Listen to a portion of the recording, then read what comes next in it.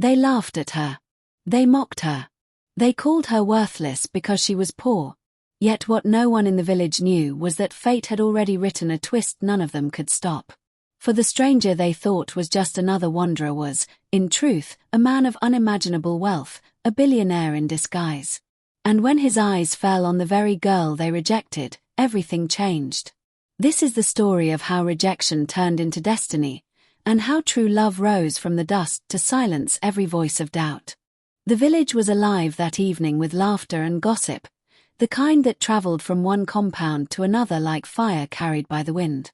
In one corner, a young woman named Amora walked quietly with a clay pot balanced on her head. She was known in the village, not for wealth or family honor, but for the weight of her poverty. Her clothes were patched, her sandals worn thin, and her meals often little more than leftovers given out of pity. Yet behind her quiet eyes was a strength no one cared to notice. That day, the village square was filled with people preparing for the annual festival. Traders displayed colorful fabrics, men carved wooden stools, and the women were weaving baskets while humming to their own rhythms. Everyone was eager, because the festival was where marriages were arranged, friendships renewed, and wealth displayed. Amora stood at the edge, her heart heavy with both excitement and fear. She wanted to belong, but she knew the whispers would follow her. Her peers often laughed at her. Some of the girls who had grown up with her now wore fine wrappers and jewelry, their parents boasting of suitors lining up at their doors. One of them, Adiz, caught sight of Amora and smirked. She called out loudly, making sure others could hear. "Amora, are you here to watch us shine again? Or are you just here to beg for scraps after the feast?" The crowd chuckled. Amora forced a smile, clutching her pot tighter to her side. She had learned to swallow insults, though each one cut deep. She turned to leave, but her mother's voice echoed in her memory. "Never let shame break your spirit. Your worth is not measured by what you wear, but by the heart you carry." Still, it hurt. What Amora didn't know was that among the visitors who had come for the festival was a man nobody recognized. He was dressed in plain clothes, blending so well that he appeared to be just another traveler. His name was Chaik, though the villagers had no idea that beyond their lands he was one of the most successful men in the city. He had come home quietly, seeking something more than money could give him. He longed for truth, for love untainted by wealth. Chaik's eyes followed Amora when she walked away. Unlike the others, he did not see rags. He saw dignity in the way she carried herself despite mockery. There was a gentleness about her steps, a silence that spoke louder than all the laughter ringing in the square. He felt a pull, something unexplainable, something that made him want to know her story. Amora left the square and walked toward the stream to fetch water. The path was quiet, lined with tall grass and the sound of birds overhead. She bent down to fill her pot, but in that moment, she let the tears she had been holding fall freely.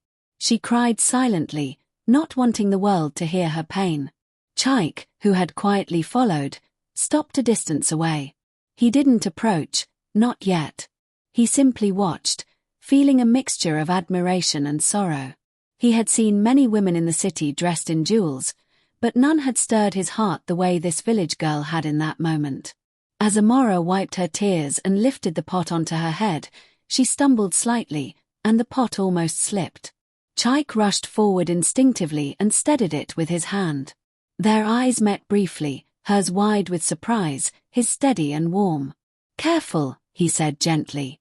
"You don't want to lose all that effort." Amora nodded quickly, too embarrassed to speak. She didn't know who he was, only that he was kind enough to help. She muttered a soft thank you and hurried along the path. Chaik watched her go, a quiet smile playing at his lips. He knew their paths would cross again, and when it did, he would be ready to step closer. That night, while the village sang and danced, Amora sat quietly in her mother's hut. She could hear the music outside, the laughter of girls her age flaunting their new dresses, but she remained in the shadows. What she didn't realize was that somewhere close by, a man who could change her entire life was already thinking of her, already planning to find a way into her world, not with wealth, but with a heart willing to listen and love. The story had only just begun. The next morning, the village stirred awake with the lingering excitement of the festival. Drums echoed faintly in the distance, goats bleated as children chased them playfully, and the air carried the smell of roasted yam from one hut to another. Everyone seemed to be talking about the grand event that would take place later that week, the dance at the chief's compound where visitors would be welcomed, and where many young men would openly choose the women they hoped to marry. Amora, though curious, had no plans of attending. She knew how it would end, eyes turning toward her with pity, whispers rising behind her back, and someone eventually reminding her that she had no dowry, no family wealth, nothing to offer. Yet something in her heart still longed to see it, if only from a distance. She went about her chores, sweeping the compound, washing her mother's few clothes by the stream, and later heading to the small farm they tended together. Her mother, Mama Nena, was frail but strong-willed, her back bent from years of labor. She often encouraged Amora not to lose hope, even when life seemed unfair. "My daughter," she said while resting on a wooden stool under the shade of a tree, "life is not always what it looks like today. Sometimes, tomorrow brings surprises you cannot imagine." Amora smiled weakly, though inside she wondered if her mother's words were only meant to comfort her. Still, she listened. She always listened. On the other side of the village, Chaik had already made his presence felt, though not in the way people expected. He had avoided revealing his wealth, instead mingling with the villagers as if he were one of them. He helped the elders carry wood, greeted the children with warm smiles, and even sat with the young men in the evenings when they gathered to tell riddles and share palm wine. They didn't know who he really was, but they began to like him for his humility. That afternoon, fate brought him and Amora together again. She had gone to the marketplace to sell a small basket of groundnuts, hoping to make enough money to buy soap. The marketplace was alive with chatter, bargaining, and songs sung by traders calling out their goods. Amora sat quietly at a corner, her eyes lowered, her voice timid as she offered her little bag of groundnuts. Many passed her by without a glance. Then, Chaik approached. He had been walking through the market, observing the people, when he noticed her sitting alone. He stepped closer, his eyes soft as he greeted her. "Good afternoon," he said. "How much for your groundnuts?" Amora looked up, surprised. "It's not much, but it is 2 small coins for a bag," she replied. Chaik smiled and picked up the entire basket. "Then I will take all of them." Her eyes widened. "All?" she asked, almost in disbelief. "Yes," he said calmly. "All. But only if you allow me to carry them myself." She hesitated, unsure if he was mocking her, but his tone was genuine. Reluctantly, she nodded.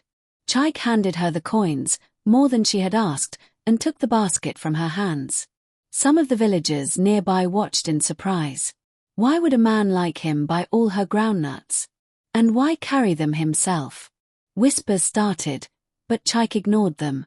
As they walked together, Amora found herself glancing at him.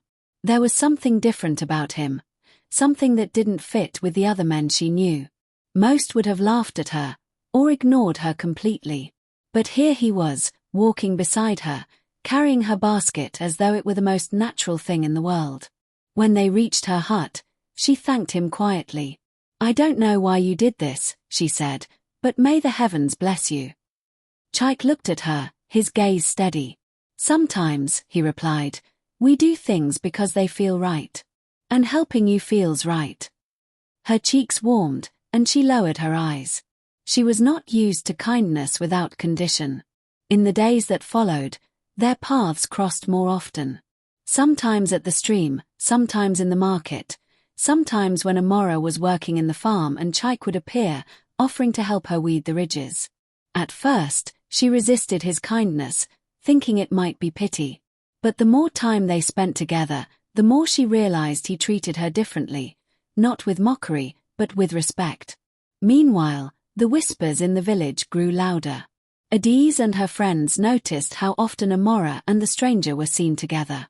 Jealousy burned in their hearts, for they had already begun to dream of being chosen at the chief's gathering, and they wanted every man's attention fixed on them, not on the poor girl who had nothing. One evening, As the moon rose and the villagers gathered around the fire to tell stories, Chaik sat quietly beside Amora. An elder was narrating an old tale of love and sacrifice, and while the others laughed and clapped, Chaik leaned closer to Amora and whispered, "Stories like these are told for a reason. Sometimes, love appears where nobody expects it." Amora looked at him, her heart pounding. She wanted to believe him, but doubt lingered. Could a man like him truly mean those words for her? She had been rejected too many times to trust easily. But Chaik's eyes held no mockery, no deceit. Only truth. That night, long after the fire had died and the village was asleep, Amora lay on her mat staring at the roof of her mother's hut. For the first time in years, she allowed herself to wonder, just wonder, if perhaps her life could change. She didn't know that outside, under the stars, Chaik was also awake, thinking of her, silently vowing that no matter what it took, he would prove his love was real. The festival was drawing closer, and with it, the night that would change everything. The festival week arrived with a restless energy that swept across the village. Drummers rehearsed in the evenings, young men polished their dancing steps, and the women prepared meals in large clay pots. Bright fabrics hung from doorways, children ran barefoot through the dust, and the chief's compound was decorated with palm leaves and lanterns for the grand gathering. The air itself seemed to carry a promise of new beginnings. Amora, however, felt torn. Deep inside, she longed to join the celebrations. She wanted to dance, to laugh, to belong. But the voice of shame echoed louder than her desire. She remembered too well how the villagers looked at her, how they laughed, how Adiz once threw a handful of rice in her face during a feast and mocked her for eating crumbs. Even her mother, as loving as she was, had softly warned her not to expect too much from nights like these. "Some things," Mama Nena whispered while braiding her daughter's hair, "will never be measured by wealth. Still, if your heart leads you to the gathering, go. Do not let fear steal your chance to be seen."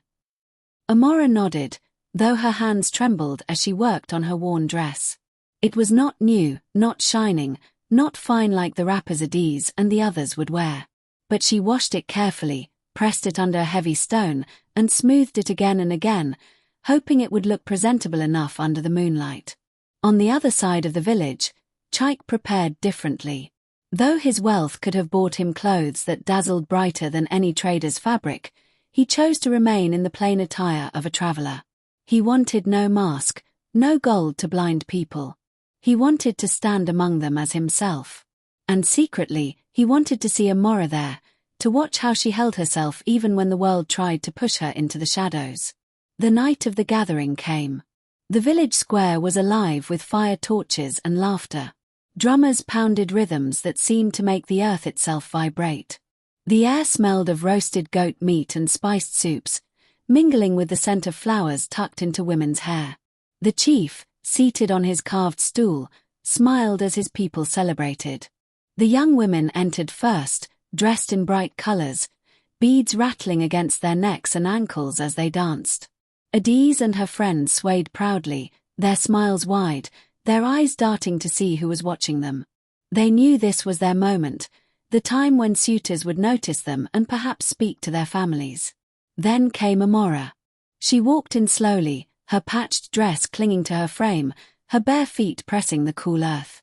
At first, the chatter dipped into silence. Then came the murmurs, sharp and cruel. "Why is she here?" someone whispered. "She will shame herself," another said. "Look at her dress. She should have stayed at home." Amora felt every word pierce her heart, but she kept walking, her chin lifted just enough to show she had not broken. Her mother's words echoed inside her, "Do not let fear steal your chance to be seen." From where he stood among the crowd, Chaik's eyes followed her, admiration burning in his chest. He saw no rags. He saw courage. The drummers called louder, and the dancing began. Girls twirled, laughter filled the air, and the men clapped in rhythm. Amora, though nervous, joined the circle. Her steps were not the grandest, but they were graceful, gentle, and filled with something no other girl carried: sincerity. She danced not to impress, but to feel alive. It was then that Chaik stepped forward. While others cheered for Adi's sharp movements and praised another girl's jewelry, he walked straight toward Amora. The crowd gasped. Adiz froze mid-step, her face twisting with disbelief. Chaik extended his hand toward Amora, his voice calm but firm. "Dance with me." For a moment, Amora thought he must have mistaken her for someone else. She looked around, certain Adiz or one of the richly dressed girls stood behind her. But Chaik's gaze never wavered. It was her he wanted. Timidly, Amora placed her hand in his, and together they moved to the rhythm of the drums. The crowd murmured louder, confusion and envy mixing in the air. Some laughed, thinking it a joke. Others whispered, asking who this stranger was. But Chaik cared for none of it. His eyes stayed locked on Amora's, steady and reassuring. For the first time in a long time, she felt seen, not for what she lacked, but for who she was. Adiz, unable to contain her anger, stepped forward. She forced a laugh, loud enough for everyone to hear. "Stranger," she called, "why waste your steps on her when better women stand before you? She has nothing. She is nothing." The music faltered. All eyes turned to Chaik. He paused, still holding Amora's hand, and faced the crowd. His voice carried across the square, calm yet strong. "You say she has nothing," he began, "but you are wrong. She has something far more precious than gold or beads. She has dignity. She has strength. She has a heart that cannot be measured by coins." Gasps spread among the villagers. Adiz's smile faltered, her pride shrinking under his words. Amora stood frozen, her heart pounding in her chest. The chief leaned forward on his stool, his voice booming above the crowd. "Stranger, you speak boldly. Who are you, and why do you choose to defend this girl?" Chaik paused, the weight of the moment pressing down. He had not planned to reveal himself yet. But as he looked at Amora, trembling beside him, he knew there was no other way. "I am Chaik," he said finally, his tone steady. "I come from the city, where my name is known not for poverty but for wealth. But I hide it here because I wanted to see with clear eyes, to know who values the heart above riches. And tonight, I have found her." The square erupted in shock. Mouths opened wide, whispers turned to cries, and Adiz's face burned with humiliation. Amora, overwhelmed, could hardly breathe. She wanted to protest, to deny it, but Chaik held her hand tighter, steadying her. "I will not choose wealth over truth," Chaik declared. "And truth lives in her." The drums began again, louder than before, filling the silence with thunder. But beneath the music, the village buzzed with disbelief, envy, and awe. For Amora, it felt like the ground itself had shifted under her feet. Her life, once marked by rejection, had just been pulled into a story she could not yet understand. And though she tried to quiet the storm inside her, she knew nothing would ever be the same again. The night after the festival, the village would not stop talking. From the stream to the farmlands, from the marketplace to the compounds, tongues wagged endlessly about how the mysterious stranger had chosen Amora, the girl they had long rejected. Some spoke with wonder, some with bitterness, and many with pure jealousy. The story spread so quickly that even children repeated it while playing, pointing at Amora's hut as though she had suddenly become a legend overnight. Amora, however, did not feel like a legend. She sat quietly inside her hut, staring at the flickering oil lamp. Her mother was asleep, but Amora's heart refused to rest.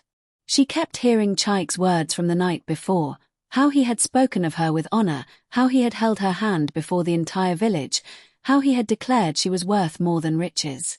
Her mind swirled with questions. Could it be true? Was he really a man of wealth and power? Or had it all been a trick? And if it were true, why would a man like that choose someone like her? She thought of the cruel laughter of Adiz, of the jeers from the villagers, of all the days she had gone hungry while others feasted. It felt impossible that fate could suddenly turn in her favor. She pressed her palms together tightly, whispering into the night. "If this is a dream, let me not wake. But if it is real, give me the strength to endure what will follow." Meanwhile, in another part of the village, Chaik lay awake on his mat at the guest hut provided for travelers. Though he had revealed a glimpse of his true identity, he had not told the full story of his wealth or the empire he controlled in the city. He had spoken only enough to silence the mockery of the villagers. Yet now he wondered if his revelation had frightened Amora. He wanted her to see him as a man first, not as the weight of his riches. He wanted her love to be pure, untainted by the things that made others bow to him in the city. The next morning, he went to see her. The village was already buzzing. Adiz and her friends were at the stream, loudly complaining about how unfair life was, and some of the men muttered among themselves, bitter that a girl they had scorned was now the focus of such attention. But Chaik ignored all that. He walked with steady steps until he reached Amora's hut. Amora was outside, sweeping the compound. When she saw him, her heart skipped, and she lowered her eyes, embarrassed by the memory of the night before. "Good morning," Chaik said warmly. She murmured a reply, her hands tightening on the broom. "May I sit?" he asked gently. She nodded, and he settled on a wooden stool nearby. For a long while, silence stretched between them. Amora's chest rose and fell quickly, her thoughts scattered. At last, Chaik spoke. "I know what I said last night must have surprised you. Perhaps even frightened you. But I want you to know, Amora, my words were not spoken for the crowd. They were for you. I saw how they laughed at you. I saw the strength in your silence. And I wanted you to know that someone, at least, could see your worth." Her eyes lifted to his, uncertain but searching. "Why me? There are so many others, finer, richer, more fitting for someone like you." Chaik leaned forward, his gaze steady. "Because none of them carry the kind of heart you do. Wealth fades. Beauty fades. But dignity lasts. And you have it, Amora, even when no one else notices." Her breath caught in her throat. No one had ever spoken of her like that. No one had ever seen her beyond her poverty. But even as his words stirred her, doubt remained. "If the village knows you are wealthy, they will not stop. They will come to me with lies, with demands, with envy. They will try to break what you see in me. How can I stand against all that?" Chaik smiled faintly. "You will not stand alone. If you will allow it, I will stand with you." The weight of his words settled deep in her soul. She wanted to believe him, but fear whispered that such promises could vanish like smoke. That day, their bond grew stronger. Chaik spent time with her and her mother, helping in the small farm, carrying firewood, listening to stories from Mama Nena. His humility disarmed both women. For the first time, Amora saw not just a wealthy man in disguise, but a human being willing to get his hands dirty beside her. But the village was not pleased. Adiz, stung by humiliation, gathered her friends and swore she would not let Amora keep the stranger. She whispered lies to the elders, saying Amora had used charms, that no man of sense would choose her otherwise. The rumors spread quickly, feeding on envy. Soon, some villagers began to pressure the chief to question Chaik's intentions. One evening, as the sun dipped and the drums of practice began again, Amora was summoned to the chief's compound. Her heart pounded as she entered, finding the elders seated in a circle, Chaik standing calmly before them. The air was tense. "Stranger," the chief began, his voice heavy, "you have caused a stir in this village. They say you are wealthy. They say you wish to choose this girl. But some claim she has bewitched you. Speak, and clear the air." Chaik looked at Amora, then back at the elders. His voice was firm. "There is no charm here but the charm of honesty and strength. If you doubt me, you may come to the city and see the life I live. But even there, among riches, I will not find a heart like hers. I do not seek permission to honor her. I seek only the chance to protect her from the lies you now whisper." The chief studied him, then glanced at Amora. She stood trembling, but she lifted her chin. "I have no charms," she said softly. "Only the truth of who I am. If that is enough, let it be enough." The compound fell into silence. For a long moment, no one spoke. Then the chief nodded slowly. The truth always has its way of shining through. If you, stranger, are sincere, time will reveal it. If you, Amora, are as honest as you say, time will also reveal it. Until then, the eyes of the village will remain on you both. As they left the compound, the whispers grew louder, the tension heavier. But despite it all, Chaik reached for Amora's hand. She hesitated only a moment before letting his fingers intertwine with hers.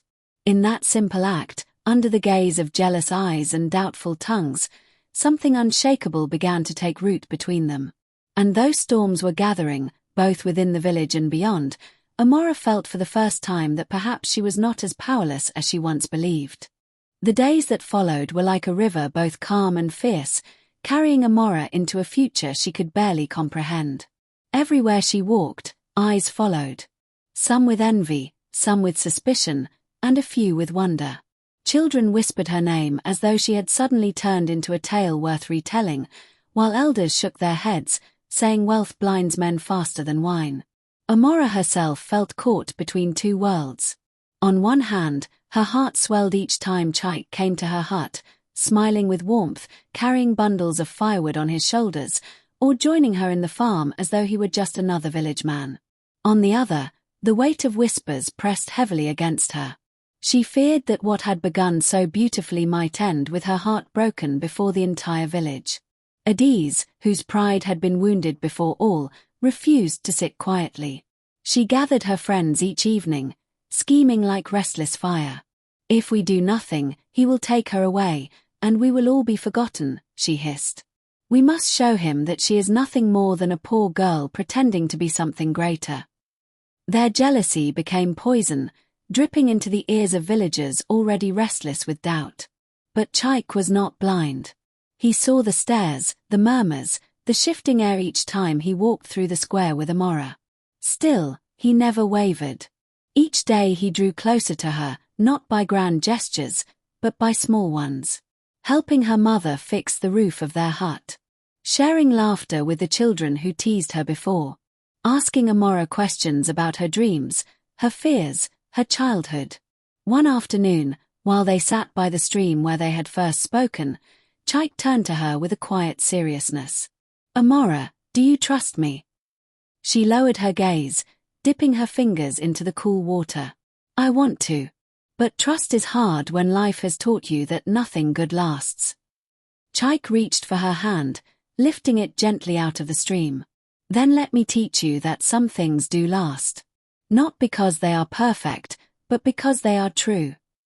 His words sank deep into her, softening walls she had built around her heart for years. For the first time, she allowed herself to smile fully, a smile that reached her eyes. But the storm came sooner than they expected. One evening, as the village gathered for another night of drumming and storytelling, Adiz stood suddenly and raised her voice. My people, she called, her tone sharp and commanding. Are we going to stand by and watch a stranger deceive us? He says he is wealthy, but where are the proofs? He hides in plain clothes, eats our food, and yet claims to be a great man. What if he is only another wanderer, here to mock us? Murmurs rippled through the crowd.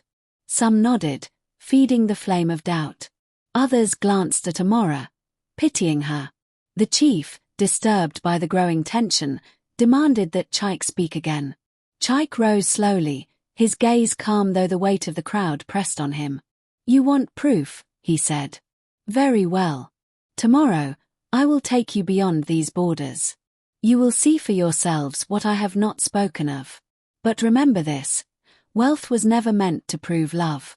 I could strip myself of all riches and still know that what I see in Amora is greater than anything gold can buy.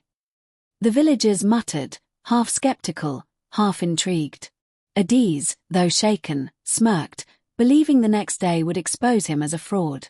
When dawn broke, a group of villagers followed Chaik along the dusty road out of the village.